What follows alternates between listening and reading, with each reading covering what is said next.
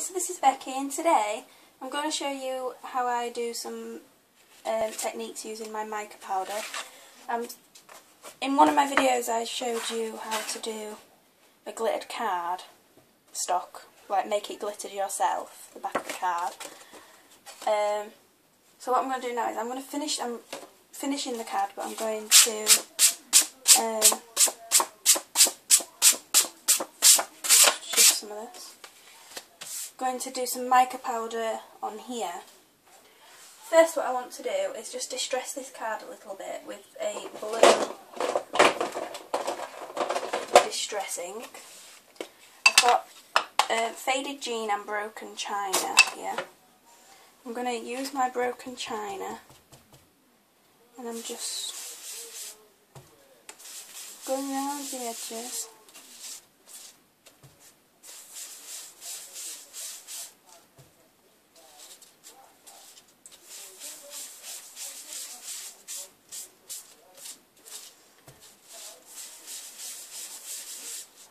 So that was the broken china, and then I'm going to take my faded jean with glitter everywhere. It's in my ink pads and everything.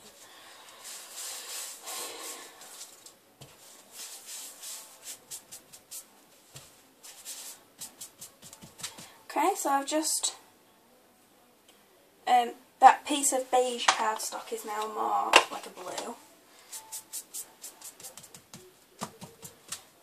Fadedy sort of blue. It's a bit darker than the back of the card, and I'm going to take my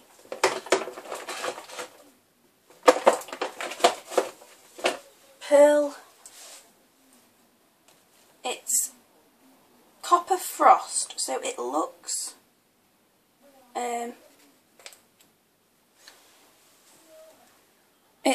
like a pale cream sort of colour. In actual fact, when it hits the light, it's copper. Now, when I did the background, if you saw it, you'll have known I put like a bronzy sort of colour with the sparkle when I embossed, so that it didn't look so harsh, the glitter on here. You probably can't see that on the camera, but there is a hint of bronze in there. So the copper frost is going to work better. And what I need is a border, when I can find it. I might use that one.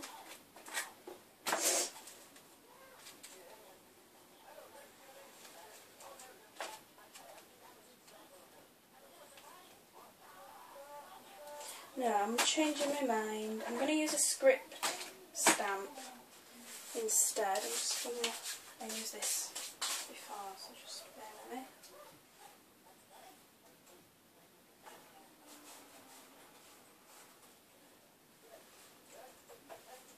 Just had a bit of embossing powder on it, so just give it a quick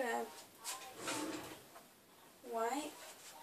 So I'm going to use a Versamark. So what you need is a Versamark, some mica powder, a brush, piece of cardstock, distress inks, and I just use a kitchen sponge, but obviously if you've got a blending tool that would be better. And please fit straight across, yes. So what I'll do is I'll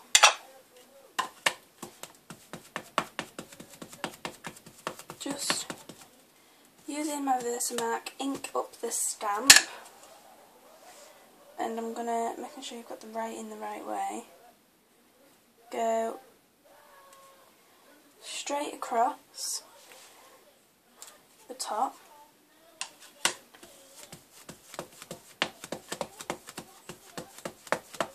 Now, I haven't checked if this has dried. Hopefully it will have done by the time we get around to it.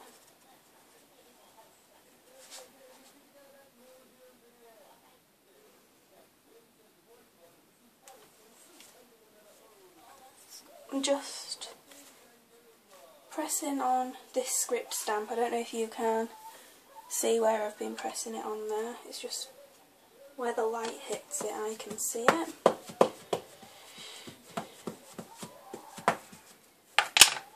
And then I think I'll have to do another as well.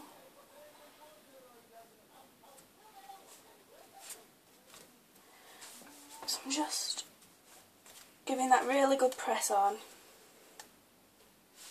to get all the little edges.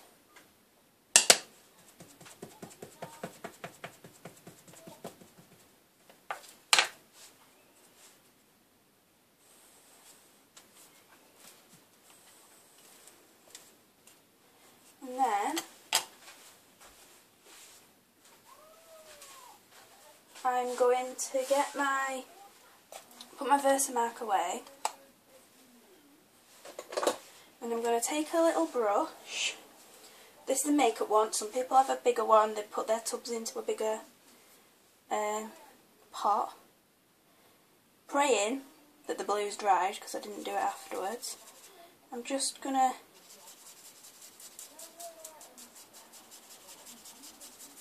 go over, making sure it's nice and even. You don't need much of the powder, but you've got to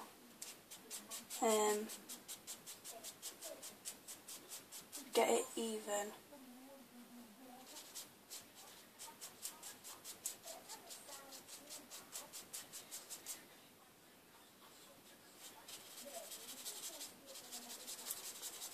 So I'm just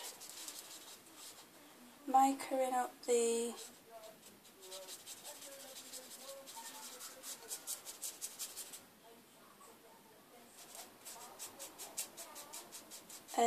stamping that I just did with the Versamark.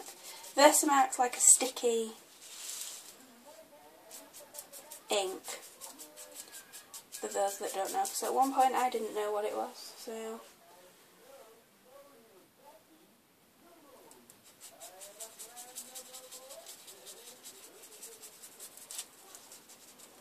just let me have a look at that face on.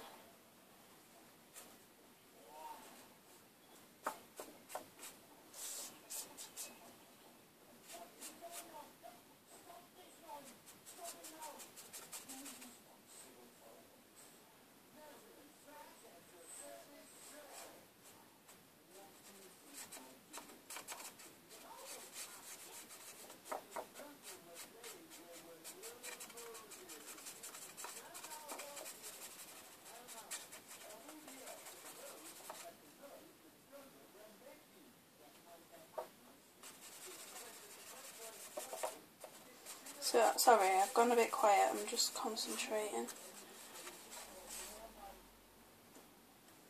Right, so I'll show you that in a second. I'll just put my copper frost away. It doesn't look as coppery as I wanted. I've done one before with the copper frost and it went really coppery. I thought it'd do that, but, however, it looks very nice. So, you look at it straight on and you can barely see it. It's just sort of there, catches the light, and it's turned this piece of cardstock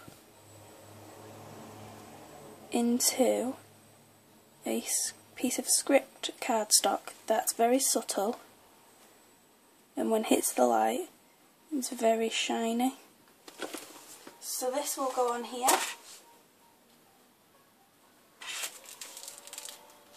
When I heat embossed it, my card bent a bit.